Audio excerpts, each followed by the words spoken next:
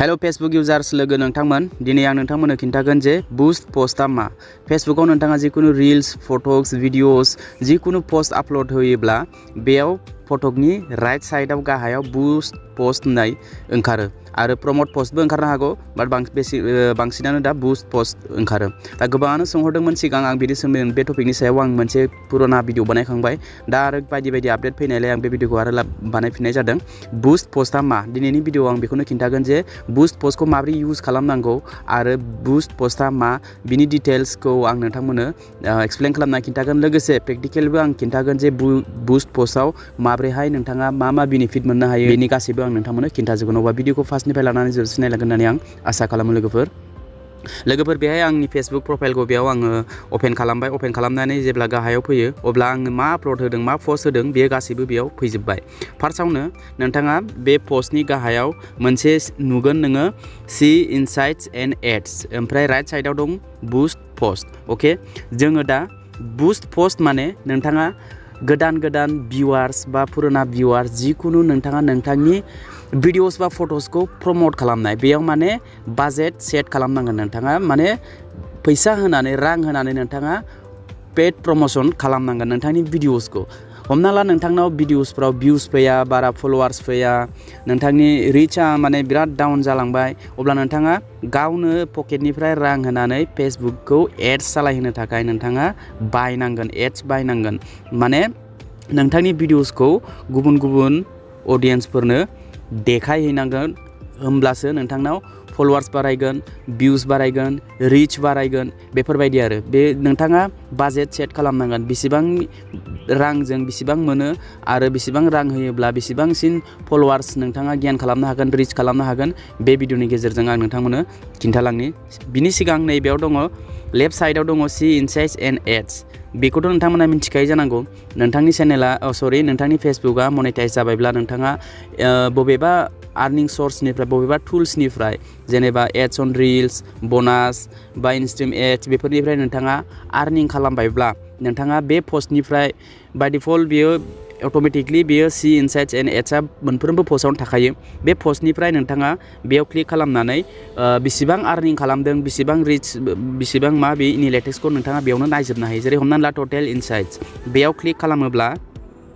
नैबेयाव एर'आव click खालामोब्ला नोंथाङा नुगोन जे बे भिडिअस बा फटोसनिफ्राय बेसेबां आर्निं जादों बेसेबां डलार जाखो बेफोरखौ नोंथाङा गासिबो चेक खालामनो हायो आरोखि अके बेनिफ्राय नैबेयाव दङ बुस्ट पोस्ट बेयावबो बे राइट साइडआव बुस्ट पोस्ट दं बेयाव बे बुस्ट पोस्टआव क्लिक खालामोब्ला नोंथाङा सेम बैयावबो बुस्ट पोस्टआव क्लिक खालामब्लाबो बेयाव क्लिक खालाम गाहायाव दङ goal what result would you like from this ads माने बेयाव अट'मेटिकआनो बे दंखायो बे अट'मेटिक जुदि नोंथाङा गेट मर वाट्सएप मेसेज जुदि नोंथाङा नोंथांनि पस्टखौ अनलि वाट्सएप मेसेजावल' नोंथाङा प्रमोट खालामनो सानो अब्ला नोंथाङा बे गेजेरनिखौ सेलेक्ट खालामनांगोन ओमफ्राय गेट मर भिडिअस भिउस जुदि नोंथांनि भिडिअसफोराव बांसिन अनलि भिउसल' मोननोब्ला नोंथाङा नैबेयाव क्लिक खालामनांगोन आरो सी मराव क्लिक खालाम जुदि नोंथाङा नोंथांनि कन्टेक्टआव थानाय मबाइलाव कन्टेक्टआव थानाय कन्टेक्ट नाम्बाराव जिकुनु मानसिफोर दङ बेयाव नोंथाङा अनलि बिसोरनोल' श' जाहोनो थाखायब्ला नोंथाङा नैबेयाव क्लिक खालामनांगोन थिग ओमफ्राय बेयाव नोंथाङा इमेलनि थ्रु फन नाम्बारनि थ्रु मेसेज थांगोन नोंथांनाव थिग बेफोरबायदि आरो नोंथाङा बबे अप्सनखौ नोंथाङा सेलेक्ट खालामनांगोन दा नोंथांनो भिउस नांगौ गोबां भिउस फैयोब्ला नोंथांनि भिडिअखौ नायोब्ला फल' खालामग्राया मालाय खालामखागोन नङा होमबा ओंखायनो जोङो गेट मर भिडिअस जुदि नोंथाङा बुस्ट खालामनो सानदों अब्ला गेट मर भिउस भिडिअ भिउस बेयाव सेलेक्ट खालामनांगोन बेनिफ्राय गाहायाव फैनानै नैबेयाव दङ काउन्ट्रिखौ नोंथाङा सेलेक्ट खालामनांगोन नैबेयाव काउन्ट्रिखौ सेलेक्ट खालामनांगोन काउन्ट्रिखौ एर'आव क्लिक खालामनानै नोंथाङा बेयाव इन्डिया खालामनांगोन थिग बेफोरबायदि आरो आं बेयाव इन्डियाखौ सेलेक्ट खालामनो बेयाव इन्डियाखौ आं सेलेक्ट खालामबाय ओमफ्राय नोंथांनि बेयाव मबाइल फन नाम्बार होनांगोन अके बेयाव फन नाम्बार होदो बेयाव फन नाम्बार होनानै बे गाहायाव नोंथाङा नैबेयाव चुज अडियन्स दा अडियन्सखौ नोंथाङा सेलेक्ट खालामनांगोन बेयाव अडियन्सखौ सेलेक्ट खालामनो थाखाय नोंथाङा बबे बैसोनिफ्राय लानानै बबेसिम बैसोसिम नोंथाङा बे भिडिअखौ नायहोनो सानदों देखायनो सानदों बेफोर जेनेबा 18 इयार्स मिनिमाम एज 18 ओमफ्राय एभारेज अडियन्स अन नोंथाङा बेखौ इडिटबो खालामनो हायो 20 बोसोरनिफ्राय लानानै 65 इयार्ससिम नोंथांनि भिडिअखौ नायजायो जुदि नोंथाङा गथ'फोरनि थाखाय किड्सनि थाखायबा नोंथाङा खम बैसोनि बेयाव सेलेक्ट खालामनांगोन बैसोखौ सेलेक्ट खालामनांगन ओमफ्राय बेसेबां बैसोनिफ्राय बेसेबां बैसोसिम नोंथाङा बेखौ सेट खालामनानै लानांगोन आरो मिनिमाम माने 18 बोसोरनिफ्रायसो जायो दै बिनि 18 बोसोरनि गाहायाव एजखौ सेलेक्ट खालामनो हाया 18 बोसोरनिफ्राय माने मिनिमाम मेक्सिमाम 65 इयार्ससिम अके प्लास जाहैयो आरो ओमफ्राय लकेसन इन्डिया होबाय ओमफ्राय जेन्डार अल बेखौ सिलेक्ट खालामबाय मेल ना फिमेल नोंथाङा थिग बेफोरबायदि आरो जेनेबा अलाव क्लिक खालामनांगोन हौवासा मानसिफोरनोल' देखायनो सानदोंबा हौवासा मानसिनो हौवाफोरनियावल' थांगोन बे भिडिअआ आरो हिन्जाव मानसिनो देखायनो सानदोंबा फिमेलाव सिलेक्ट खालामबा हिन्जाव मानसिनावल' थांगोन नाथाय अल हौवाबो हिन्जावबो बे नोंथांनि भिडिअखौ नायनो हागोनबा बेयाव अलाव क्लिक खालामनांगोन अके क्लिक खालामनांगोन ओमफ्राय दानिया नोंथाङा बेखौ बेयाव सेभ खालामनांगोन माने सेभ खालामनायनि सिगां नोंथाङा बाजेटखौ सेट खालामग्रोनांगोन बेखौ आं डिसकार्ड खालामनि अके ओमफ्राय नैबेयाव दङ फेसबुक इन्स्टाग्राम मेसेन्जार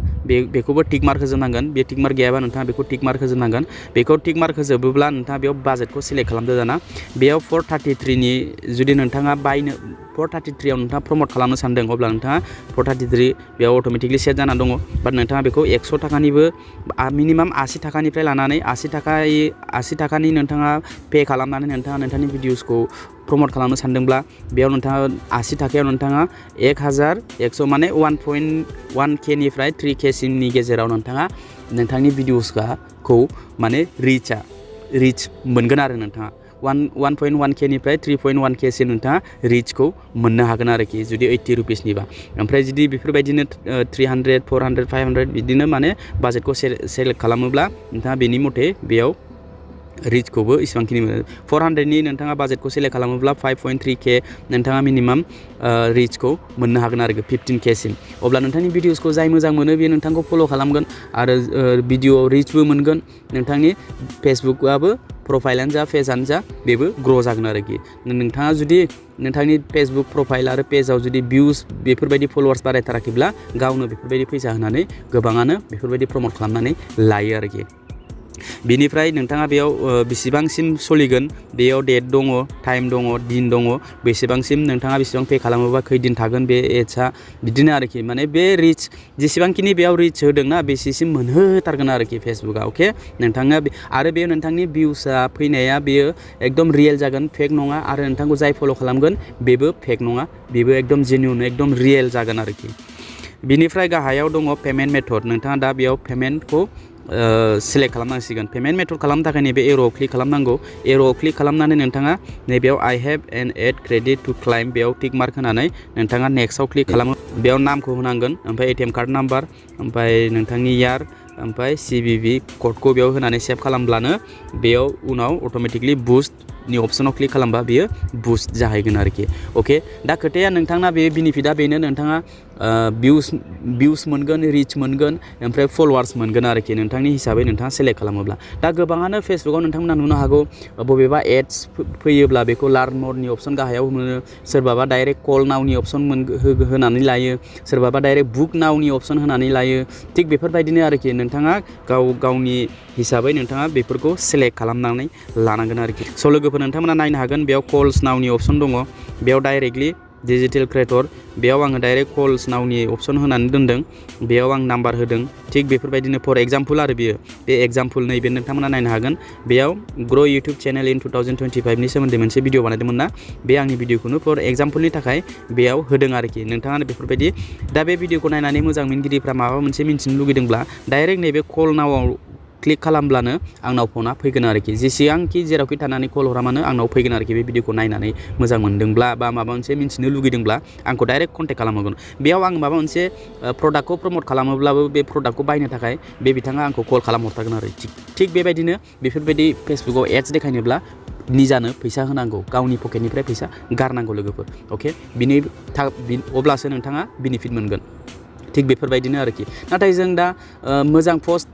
फैसा गारालासिनो मोजां पस्ट मोजां भिडिअस मोजां कन्टेन्ट हगारोब्लानो अट'मेटिकलि फलोवार्स भिउस रिच बेफोरखौ मोनखागोन लोगोफोर जों दा गोदान फेसबुक क्रिएटरफ्रा बेफोरबायदि फैसा गारनो गोनांथि गैया लोगोफोर मोजांल' भिडिअस हगारबाय था अट'मेटिकलि बे दावखोलांबाय थागोन आरो जुदि माबा मोनसे प्रडाक्ट बा माबा मोनसे टिकेट्स दामानिथ' फेसबुकाव लटारि टिकेट फाननायनि जोबोद दङ कल्स नावनि माबा बेफोरबायदि माने कन्टेक्ट खालामग्राफ्रा बेफोरबायदि फैसा होनानै फेसबुकआव माने गावनि प्रडाक्टखौ प्रमट खालामदों आरोखि। बेफोरबायदिनो जोंबो नोंबो आंबो खालामनो हायो। नाथाय जों दा बेफोरबायदि खालामलायनाङा, जों मोजांल' भिडिअ हगारबाय था आरो बेफोरबायदि जुदि नोंथांनाव रां दङब्ला नोंथाङा खालामनानै लानो हायो। खेबसेनो नोंथांनि फेसबुक प्रफाइलाबो मनेटाइज जागोन, नोंथांनि नांगौ बायदि भिउसखौ मोनगोन, रिच मोनगोन आरो फलोवार्सआबो दावखोगोन। जुदि नोंथांनाव रां दंबा बेफोरबायदिनो बुस्ट खालामनानै लाब्लानो जाबाय। अके लोगोफोर, अब्ला भिडिअआ बेखिनियावनो। भिडिअखौ मोजां मोनदोंबा लाइक खालामदो आरो माबाफोर डाउट दङब्ला नोंथाङा कमेन्ट खालामनो दाबाव। बे भिडिअखौ फेसबुकाव नायदोंबा फेसबुक पेजखौबो फल' खालामनानै हो आरो इउटुब चेनेलाव नायदोंब्ला नोंथाङा जुदि आंनि चेनेलाव गोदानब्ला बे चेनेलखौबो साबस्क्राइब खालामनानै भिडिअखौ लाइक खालामनानै आरो मोनसे मोजां कमेन्ट हरब्लानो जाबाय। अके, अब्ला लोगो मोनगोन next video. Tata bye bye and take care.